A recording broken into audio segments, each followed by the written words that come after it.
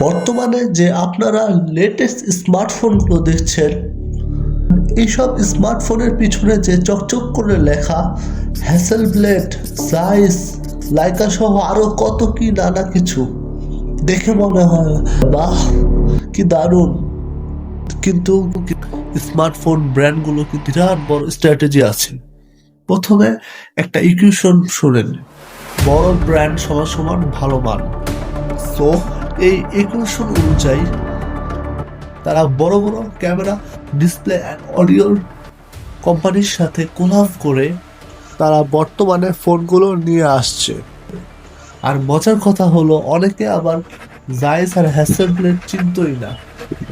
And আসল প্রশ্ন হলো, এর মধ্যে প্রথম দিকে ক্যামেরা সেকশনে জাস্ট শুধু কিছু কালার টিউনিং আর 2 থেকে 3টা ফিল্টার এনহান্সমেন্ট করে তারা ছবি তৈরি করছে। দেন এটার অডিও সেকশনে শুধু ইকিউ টিউনিং আর আরেকটু এনহান্সমেন্ট এনেছে। আর ডিসপ্লে সেগমেন্টে Dolby light feeling is not true. কোনো সময় আপনি